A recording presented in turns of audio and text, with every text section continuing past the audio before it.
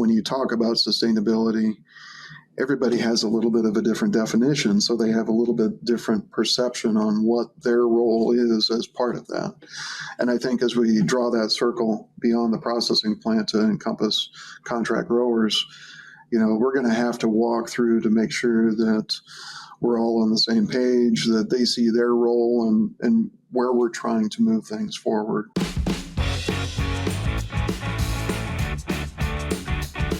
Welcome to the Poultry Podcast Show. My name is Dr. Elizabeth Bobeck, and today I have Dr. Todd Applegate. He is professor and the R. Harold and Patsy Harrison Chair in Poultry Science at the University of Georgia. Welcome to the show.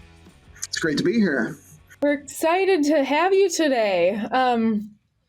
So for all of our guests, we start by asking, how did you get into the poultry industry? Can you tell us a little bit about your start? I'll try not to give you the long version, but it's always an interesting journey, right?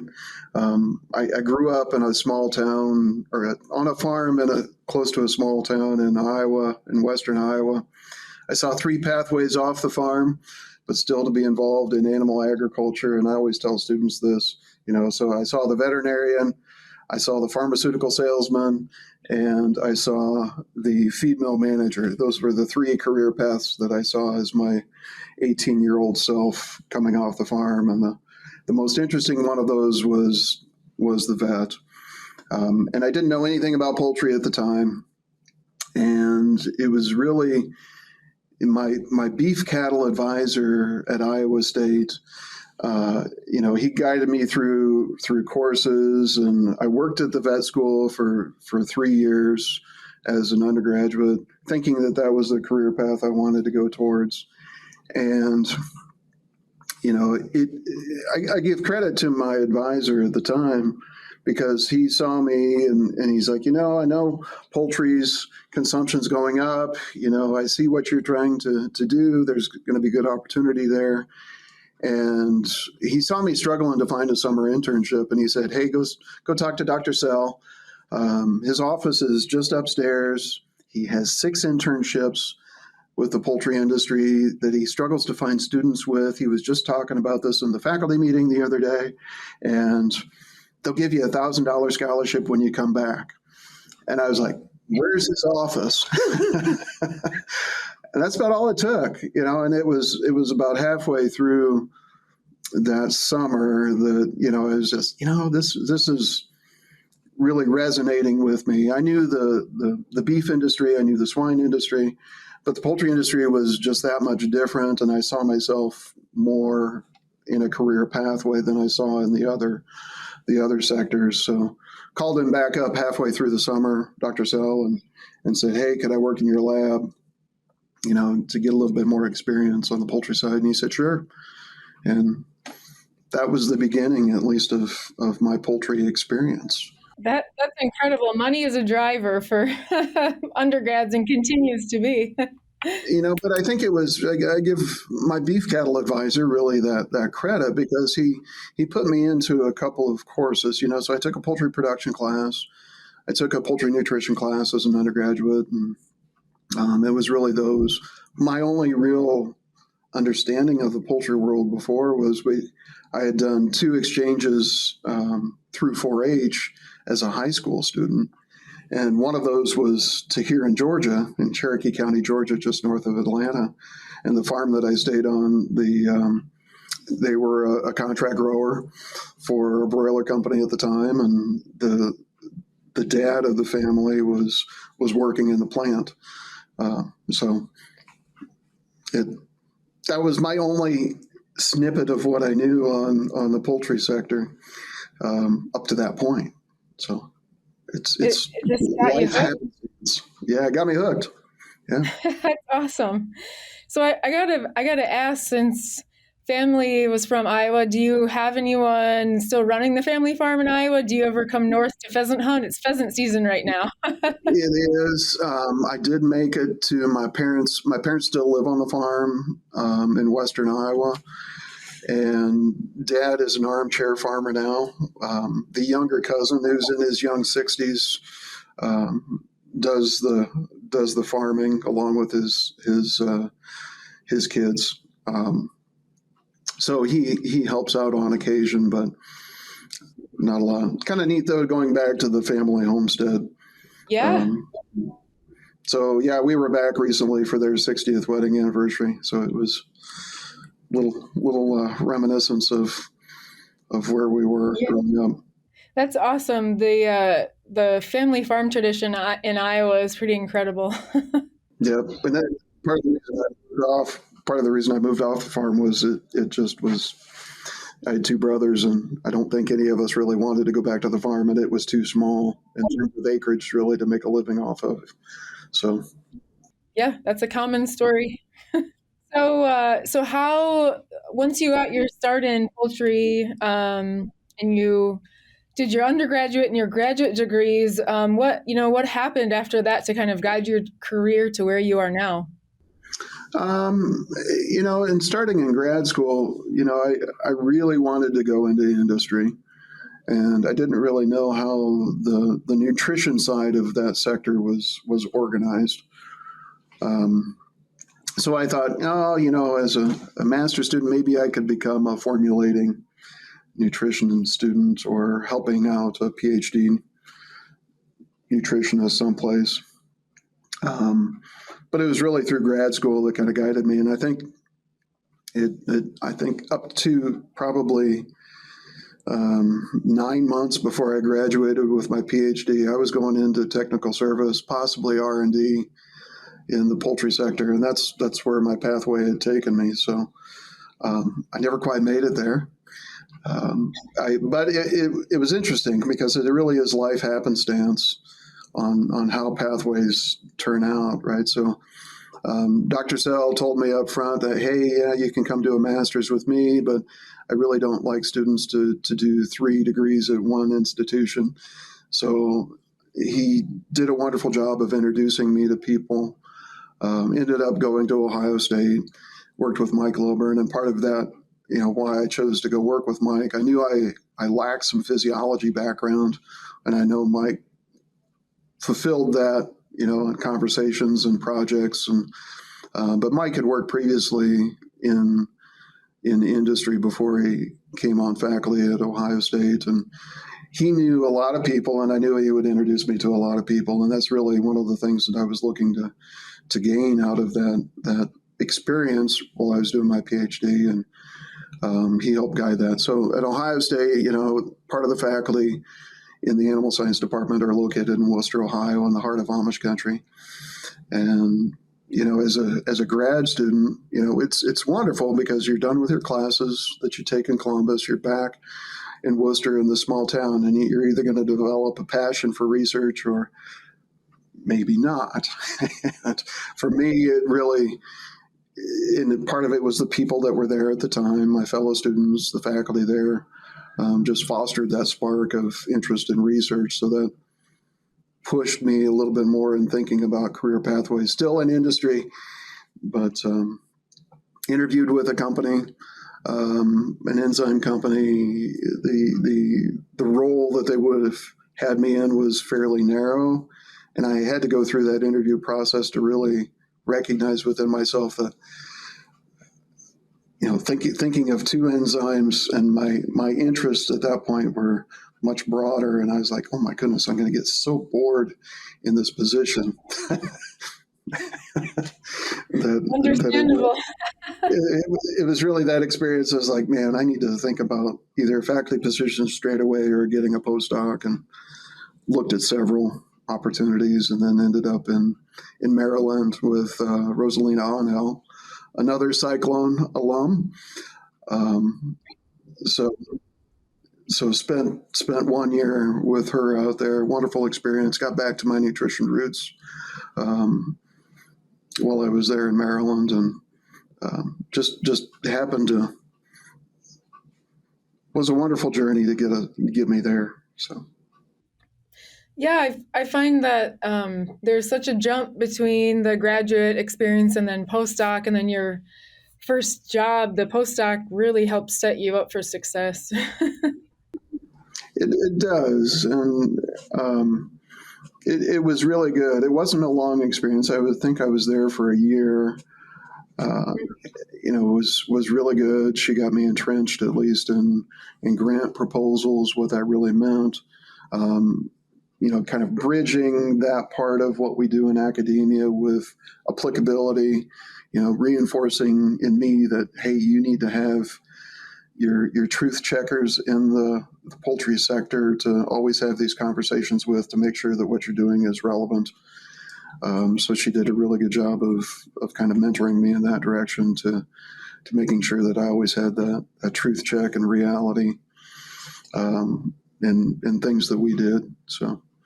Yeah, that's a really interesting point. So, if you've made that part of your career, are you seeing other people still doing that, or do you think kind of the field of poultry science needs to do a little more relevance checking, truth checking to make sure we're all staying relevant? I think it's an iterative process. Um, we had a gentleman here from a feed additive company here over lunch today, and we talked a lot about this. And as our science gets even more complicated, it's very easy to put blinders on to narrow in on our specific topic. For students, we always see, where they're getting into the cell, looking at cellular mechanisms. In my world, if I'm looking at mechanistic responses to maintain nutritional efficiencies of what the gut brings, but balancing that with intestinal health, you can get lost in a hurry, right? Looking at cytokine cascades, right? But for students, I think it's partly building that mentoring portfolio of people you're going to. In some cases, that may be their graduate committee. Just making sure that the composition of that committee has the reality checkers. The making sure that, hey, yeah, it's great we're talking about this mechanism. Let's take it back to the tissue. Let's take it back to the whole animal. Let's take it to a population or a flock basis. Is what we're talking about, is there some realm of commercial practicality currently or in the near future? But making sure the students at least have thought through that process. Yeah, that it's such an interesting balance and question, because sometimes the molecular work leads to other outcomes that might be unexpected or novel for the field, but sometimes you start projects that are a little too in the weeds and maybe they don't really have a commercial applicability, or at least you don't know about one yet. So it's interesting. It's this balance between maybe discovery work and doing a little more direct industry applied work. It is, and it's a balance. And I think for the student, though, just even the presence and having the dialogue, kind of forces them to they need to be able to communicate their science, right? And the practicality of that. So it's making sure that they're thinking through that process of what the future potential is for the science bucket that they're working within. Yeah, that's an awesome point, being able to talk about what you're doing in a way other people can understand. Even my own students, they're such experts in their field, but sometimes I have to just back up and say, well, what about this? And then they can describe it, but they kind of forget that they're so into the day-to-day changes that someone else might not be able to follow or understand what they're doing because they're not in the same field. Exactly. No, it's always good, and I have to say, I learned, back to my time in Worcester, I think back to conversations that I had, a lot of those were with other students, and I learned so much from other disciplines, right? So I always think I'd love to go back to grad school, because it was one of those times in my life where, you're under the protected umbrella of the university, and it's the time in your life where it's okay to go inquire about this. It's okay to ask this. It's okay to explore this. And that time and freedom, sometimes we don't get to enjoy as much as we did at certain times. Yeah, I've seen some graduate and undergraduate classes that sometimes I think maybe I'll go sit in on those. They sound really interesting. Yeah, the science has moved so far forward in a lot of the areas that we're working in that it's like maybe I need to go have a microbiome refresher. These students are ahead of me as far as cutting techniques. So Oh yes, it is, and I was in that area probably up until just a few years ago, and I was sitting in a graduate students committee meeting the other day, and it was wonderful because I was getting educated on the statistics part of where we are right now in the microbiome space, and um, we got into the weeds on talking about false positive rates and what that means within the literature currently. And uh, within the literature currently, they're estimating that where people reported differences, maybe 40% of those are really false positives today. You're like, wow. But on the same token, I'm glad that we've pushed the science forward, because if we haven't gotten to this point without having some of those conversations previously, still have a ways to go. that's what I love about science and good scientists is that we're always willing to change and move if we find a better way or we understand that maybe a process we were doing wasn't the best way. So that's what really excites me about open-minded scientists that are willing to change and improve. Yeah. Exactly. And I'd say the other thing that, my hope for the next generation as well is that sometimes we're protective of our science, but, things that we can do to encourage the next generation is talk about the assumptions that we make, right? We often forget about that. It's the data and the science. Oftentimes we try to personalize that to what we're doing within our group or our own research, but put it out there for the world, right? Put the assumptions that you've made out there to make sure that we can come up with more creative methods on how to make sure that if those assumptions weren't correct, that we truth check them and go back and create something better along the way. Yeah, I agree. So along the lines of kind of checking and truth checking and seeing where we're going, I'm kind of interested in the topic of sustainability, and how do we know in the poultry industry, how are we, quantifying some of the sustainability efforts? Are these initiatives really moving us forward? That sort of thing, the net zero, and what are all the metrics involved with that? I'm kind of interested in your take on that topic. It's really complicated right now, but in a good way, I'd have to say.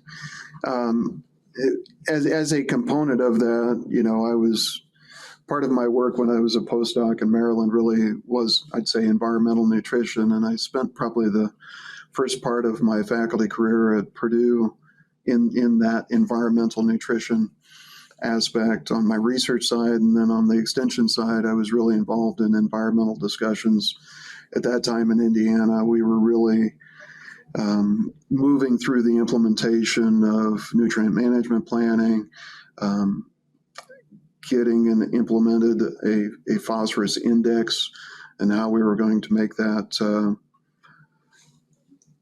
how we were going to roll it out to producers, making it not as making it still economically feasible for them to accomplish. So at that point it was very regulatory driven. So today, as you move fast forward to the sustainability initiatives, it's really interesting that it's not necessarily the regulatory side that's driving the discussion. It's creditors, it's investment. A lot of those are asking the social responsibility questions on what sustainability is, which is trickling down into products we are producing and supplying. So it's coming from that angle, but then also it's a little bit broader bucket as well, because it also includes some discussion of poultry well-being on top of that. So a lot of folks have come together, and I think it's a noisy space in that there's lots of different ways you can get to that sustainability benchmark.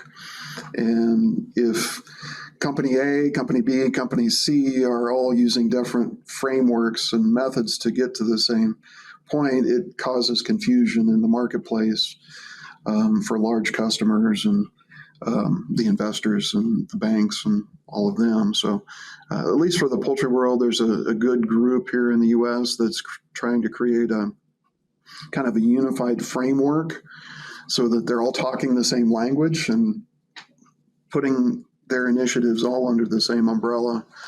So there's been some good strides that companies have been able to make towards their own net zero. But when you talk about sustainability, it's partly what circle do you draw as to what you encompass towards that sustainability effort. And so mostly where a lot of the companies involved with this framework now are, they've drawn the circle on their direct ownership and control of what that is. So you take the broiler sector, it's mostly processing themselves to try to get to a net zero for the landfill. Plastics, if plastics are the main thing that they're sending to the landfill, what can they do to minimize that waste stream going out? The difficult part is still yet to come when that circle begins to broaden to begin including the supplier side of that, right? And in our meat bird industry, that's all of our contract growers.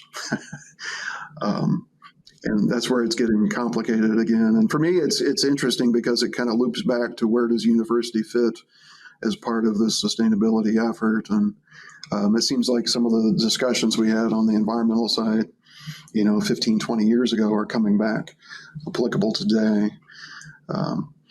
So really, at this stage, it's not necessarily having the initial conversation, at least on how do they encompass the grower side of that, is just really more an accounting exercise to just get a better handle on where things are on the grower side as it fits in total for that sustainability effort. And that might take a few years of accounting of energy inputs, energy resources, feedstuff, what they're using on feedstuffs, to water, to manure application, just getting a baseline of that information before we can come back and say, okay, let's look at intervention strategies to reduce that footprint. So it's good to see the conversations happening, though, and it is moving forward. But that's a big leap to draw that circle a little bit more broadly. So who would you say right now are kind of the companies or people to watch on this? Like if you were interested in maybe seeing a company that's made great strides, or a sector or something, like who are the change agents or the interesting groups that might be doing some unique and wonderful things? I don't know if I'll point to any specifically, just because, but there are a good host of those. Some of the real on the broiler side, some of the really big broiler companies in the U.S. are part of that conversation, but yet they're not the only ones. We have some that are in the teens in terms of rankings that are still doing some awesome things. I'd say the same thing on the layer side, that it's a mix. So it's not only big companies, it's kind of folks in the middle, and they're doing interesting things all over the place. And part of it's just unique to, it's very difficult in that space too, because, a lot of it's very geographic specific, right? And then it's finding partners, so as an example, if plastic liners for totes is one of the main, plastic coming out of the processing plant and going to the landfill, well, then it's finding a supplier that could, once you wash it up, can you make, poly decking material or lumber, out of that with a nearby supplier. So it's very specific. So this summer, my group went over to the World's Poultry Congress in Paris. And something that I thought was pretty incredible is there's not plastic cutlery anywhere. Everything is, like a thin wood or other recyclable product. So do you think that we're kind of behind in some of these like plastic recycling or just materials options when you compare us to other countries? Or are we using the plastic in a way that might be more sustainable in the system that you're talking about? Um, I don't know whether we're behind necessarily. I think the difficulty really is going through the prioritization of what are the big impactful parts of that equation. Um, but then it's also change behavior, right? So if we all changed our drinking straws to maybe a compostable, it wouldn't make a great impact, but it does have a change behavior and attention to the issue, right? So you have to balance a little bit of the change behavior so that we do pay attention to some of the bigger things that may be more impactful. And then I think we are just in that role as a society of trying to figure out where can big gains be made, with still not having a detrimental effect on somebody's business. Right? How can it really be additive, to everyone? So that's the tough part. But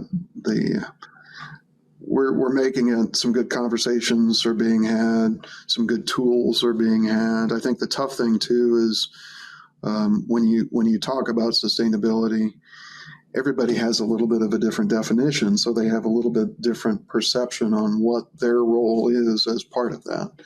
And I think as we draw that circle beyond the processing plant to encompass contract growers, we're going to have to walk through to make sure that we're all on the same page, that they see their role and where we're trying to move things forward. And then it's working. We have, as an example, some of our faculty here in the department are working to try to look at things to improve the environment of the bird in the house. But how can we do so at the same time with reducing, say, utility input, right? So simple technology, give a shout out to Brian Fairchild and Mike Zarek on our faculty trying to integrate just variable speed fan technology into poultry houses. Not a high-tech technology, something we've had for years, but we haven't integrated it into poultry houses. It does reduce total electrical need on the house. They've done some long-term studies looking at 20 to 40% electrical savings on a house, which is pretty amazing. But the fan costs a whole lot more, right? So part of it then gets to a broader conversation on, can we get, say, NRCS cost share, and that is, those decisions are made on a state-by-state basis.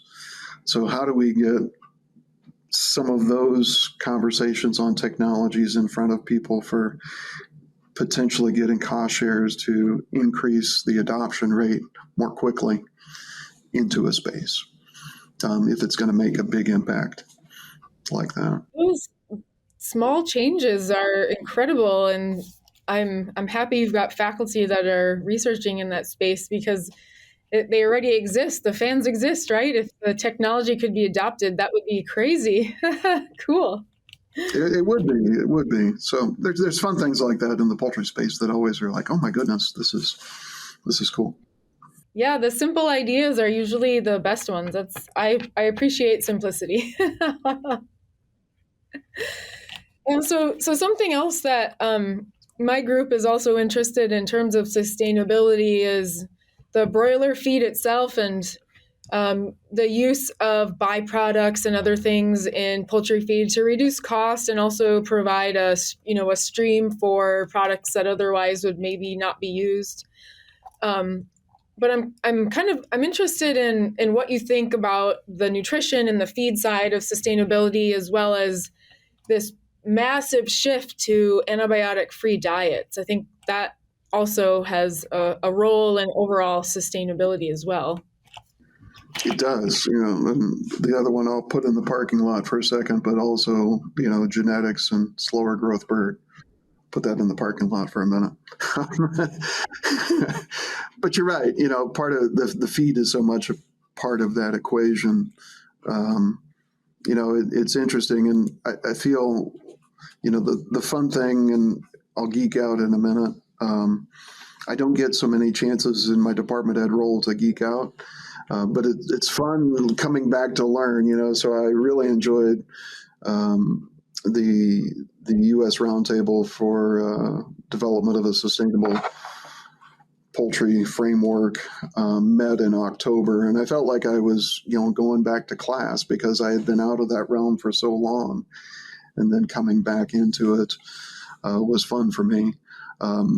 There's another group through AFIA and iFeeder that really has tried to tackle the same thing from a feedstuff point of view as well, to at least create the accounting mechanisms to begin that conversation. And that one's really difficult. If I look at the percentages of corn and soybean that are used by our poultry sector here in Georgia, it's a very small percentage that's actually produced here within the state. Most of it comes from the eastern Midwest and upper Midwest, and it has to get here somehow. So, yes, that takes a little bit of footprint to happen, and yes, there's an uptick on that cost, but have we factored into that versus other sources into that sustainability discussion? I don't think we have quite yet, but we're getting there. But it's not an easy one because every feedstuff begins to change. We're in a point in time where valuation of different components of feedstuffs is changing, right? So we've seen the distillers world change, where the valuation of the oil side of that has greatly gone up, so they're not putting it into DDGS anymore. So that fat content went down, which means our caloric value for the bird has dropped, and so now we're needing to look at that as a much different ingredient almost than what we were looking at 15 to 20 years ago. And conversations I've had with distillers, folks on the soy side, I don't think that part in conversation is going to change because there's so much demand for human consumption on the oil side that value has really gone up. Yeah, that's really interesting. So I know we've done some work with the distillers, and the location that it comes from and how much oil they take out really changes the feeding value. So interesting byproduct to use, but I kind of do like using it when we can, just because I feel like it makes a circle of sustainability, because where else does the distiller's grain have such a major market? It's really cool to be able to use a product like that. It is, and it does have some drawbacks, but it does have opportunities, right? So you do need to balance the amino acid side in the total diet with what it's bringing to the table. That's never an easy process, but we did see some benefits on the fiber side when we were looking at strategies to try and reduce ammonia emissions. When you couple feeding it with other things such as like a zeolite to try and sequester some of the ammonia as well. It was strangely additive, even though our crude protein content of the diet went up a little bit. But I think it was essentially the manure microbes. You had a bulking factor within the manure itself, so the microbial activity to drive off ammonia was much less. So we added in another strategy. We could cut ammonia emissions by 30 to 40%. Wasn't economically feasible at the time, but Yeah, that's where the relevance comes in, but really cool outcome. yeah, it was. So what do you think, or how do you think diets have really changed in the last, let's say, 15, 20 years compared to more current diets, with the entire health regimen also changing, with most of production is moving towards antibiotic-free? It is, and oh my goodness, it was a much different conversation years ago.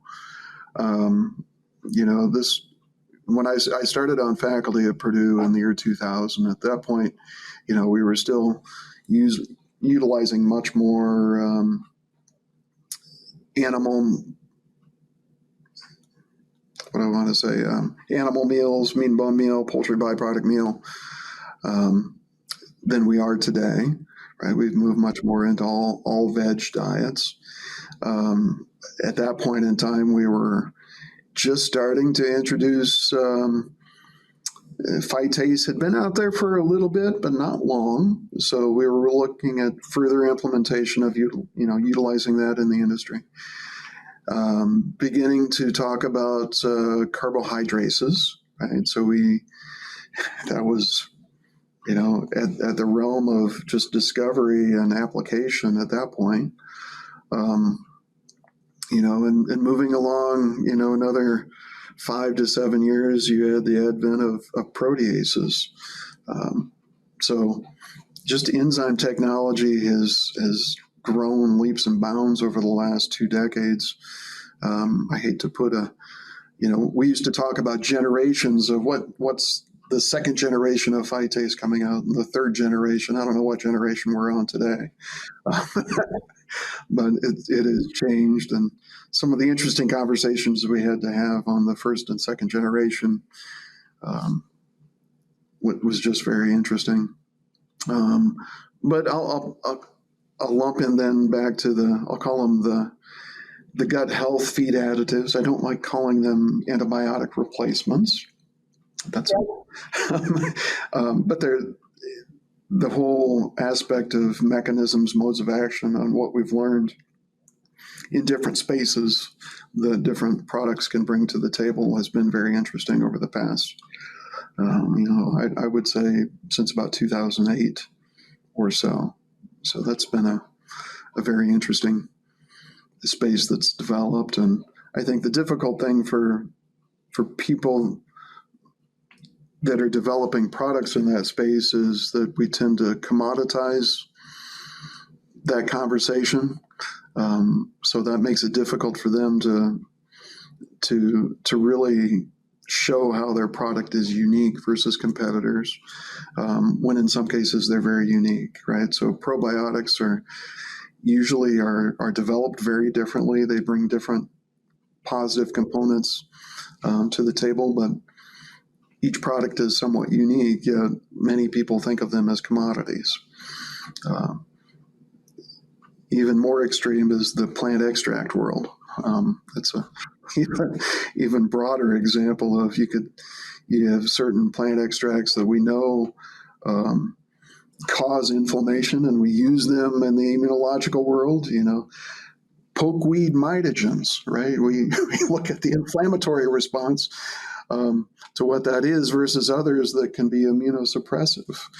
So that's quite a spectrum of what they would bring to the table.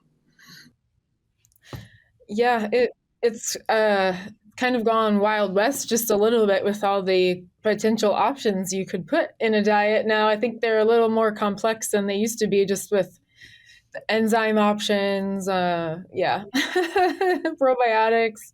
plant compounds. It's crazy. It's overwhelming. It is overwhelming, and I give credit to our poultry sector in general. It is the scientific level of what that is.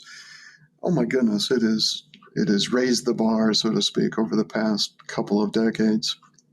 But neat, so it does have to.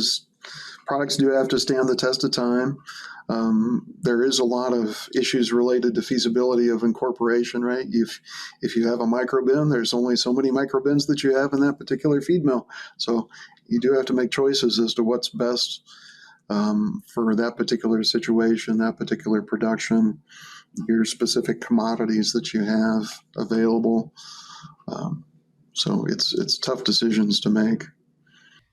So how do you think with all of the technologies that we have just, right now, and I think there'll be some nice new fun enzymes or combinations of probiotics that might help in the future, but how do you think right now we can use what is available to create a more sustainable just way we feed the bird or diet? So what do you think we could do right now that would increase sustainability?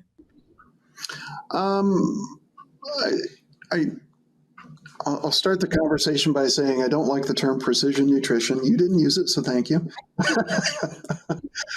Oftentimes, and I don't like it because I don't think we often do not have a good handle on what ingredients we're actually feeding to the bird, right? So, say as an example, on the soybean side, soybean coming into a particular process or into the feed mill, you may be sourcing it from 2 or 3 different places. Having a range in any given week from 1.5% crude protein from the low side to the high side, right? So that's not very precise at all. So it's more in how we specifically, I think the gains to be made are really within that space of variation and minimizing the variation. And there's different ways to accomplish that. The difficult ones, typically, real-time testing and formulation, incoming ingredient segregation based off of that testing, a more robust method of inline, say NIR or other systems to understand exactly what nutrient brings to the table. Conversation we had over the lunch hour today was, NIR is great. Yes, we have more precision for what that means on the, say, amino acid side. Energy side, we've made great strides in the last decade. That's still very much an imprecise science, but means so much to the bird. So there's a lot of knowledge and practicality to be gained just on the energy side alone. But the other missing part of that spectra from NIR really is that on the mineral side, right? So we think about everything that, say, phosphorus or some of the microminerals bring to the table. Oftentimes in formulation, we consider the primary commodities having zero in many cases, or the availability near zero for the animal. So having some rapid methodology for understanding that mineral portion would be great as well. But for me, that's kind of where a lot of the gains can be made. And that's not necessarily changing dramatically formulation. It's just understanding better where we are with the ingredients we're using to be able to more specifically be able to understand that, yes, we can deliver this nutrient package to the bird for every single meal that they're eating. Yeah, that's such an important point because nutritionists can formulate whatever they want on paper, but the actual ingredient really is going to drive the precision of their formulation and how the bird grows or performs. So it's interesting that some of these simple things are maybe the linchpin for places where we could improve that have nothing to do with actual diet formulation. It has to do with analysis. So I think that's really interesting. Yeah, and kind of coming back to your question earlier on what has changed, say, over the past couple decades in the nutrition space, if you just look at corn and soybean meal, we used to talk about 8.5% crude protein corn and 48.5% crude protein soybean meal. To our students today, that's very strange because we haven't been in that world for a long time. Even today's soy is I think this year we're probably more around 46, and corn's dropped partly because of varieties that we're planting too, just based off of other needs, right? So more easily fermented starch, a bigger proportion of that seed is as starch to be fermented. It's changing our world, but we need to make sure that our students are still keeping an eye on that and what that really means. Yeah, you're not alone when you're feeding animals. There's a lot of other fields that you rely on. Yeah, the genetics technology for plants fascinates me. But I like the animals. I have to appreciate the plant geneticists though, because they're driving or changing some of the outcomes that we care about. It is, and it's. I think our students too don't have an understanding either of really that pipeline, right? So any changes the plant geneticists are making, it's for their primary customer, and their primary customer is the the crop grower, right? So they're mainly interested in how much yield can I get out of your seed, right? Because it's a commodity.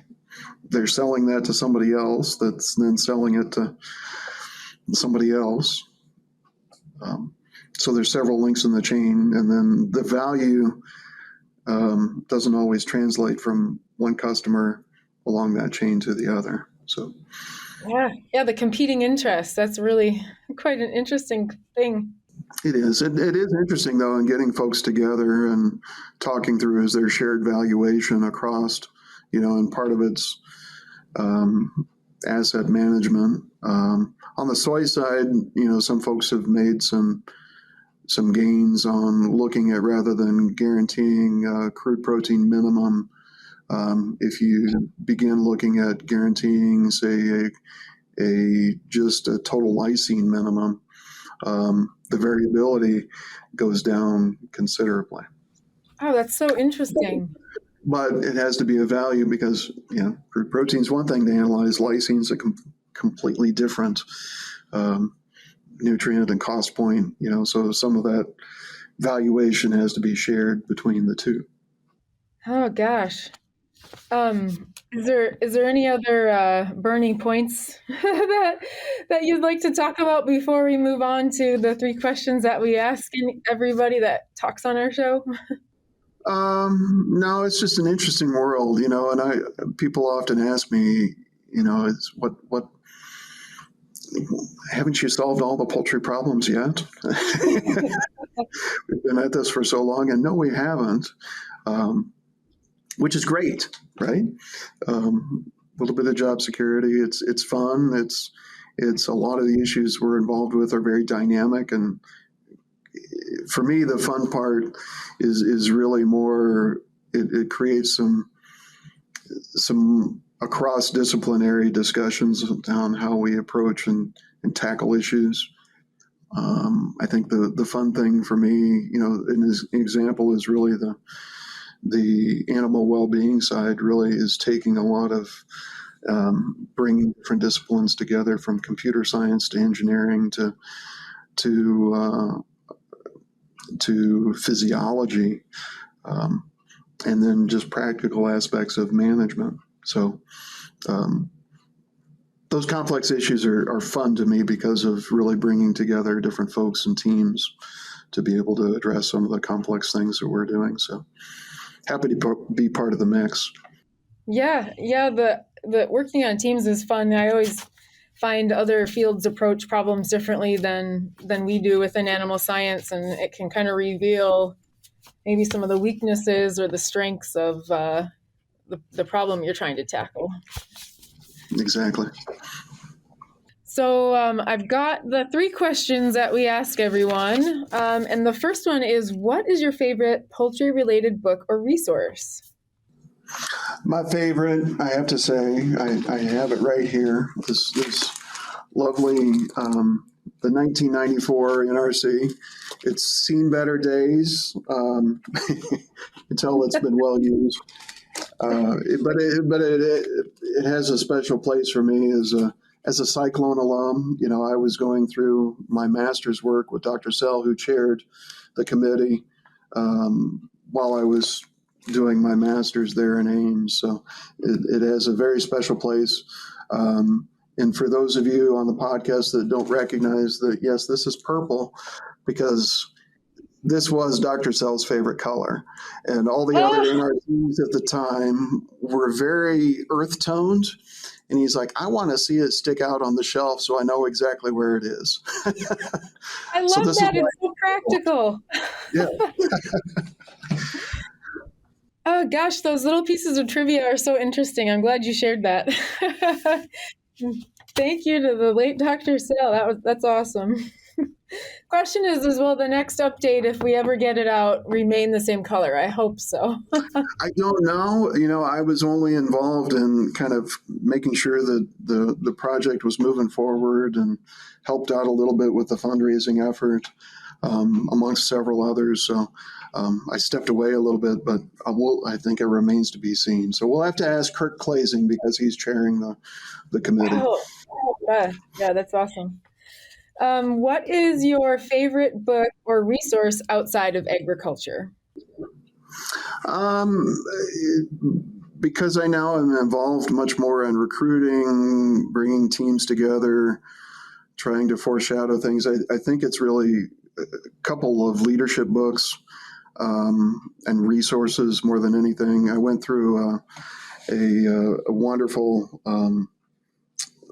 leadership development program here 2 or 3 years ago, and one of our instructors, her name was Claudia Fernandez. So it's one of her books that she wrote with her husband. It's called The It Factor Leadership, Becoming a Better Leader in 13 Steps. That's one of them. The other is one of my former students, Darren Carter, who's on faculty at Purdue, kind of tuned me into one of the leadership programs that he always pays attention to, and that's John Maxwell. So John Maxwell is one of my go-to podcasts every week, and listening to it and several of their books that they put out all the time. So That's great advice. Maybe I got to start listening to that podcast. So our last question is, in your opinion, what sets successful poultry professionals apart from those that are not? I think the biggest thing for me is mentorship, and I have the philosophy and of a plurality of that. So it does take a village, but part of it that makes people successful is recognizing where they would like to be, and surrounding them with a mentorship team and actively trying to improve themselves towards areas that they need improvement within, or strengths that help them to get to that end level. And in the academic sense, we try and reiterate that to our students, that they need to be actively searching and thinking about where they're going, where they need to develop professionally, not only in thinking of how they're going to set themselves up while they're here at the university, but continuing on that philosophy as they go out into their professional careers. One of my biggest worry buckets is that we have so many more folks now going and working out of, working remotely, right? So you don't have that potential mentor, 2 doors down from you that you can go have a cup of coffee with, right? So this generation needs to be much more active in thinking through that process and what that is. But it does have to be an active process. I think the other side of that, and my hope for the next generation always is that they're thinking about that, but then also willing to be able to reciprocate to the generation that's coming up behind them, right? So my hope is that we're creating that iteration of expectation that is coming forward. And I know I had wonderful mentors, still have wonderful mentors that helped me along the way. So always wanting to help and give back. So that's my hope. That's excellent and sage advice. Well, thank you again so much for chatting with me today. This has been really fun and enlightening. It has been. I appreciate the opportunity. It's been good talking with you. You're welcome.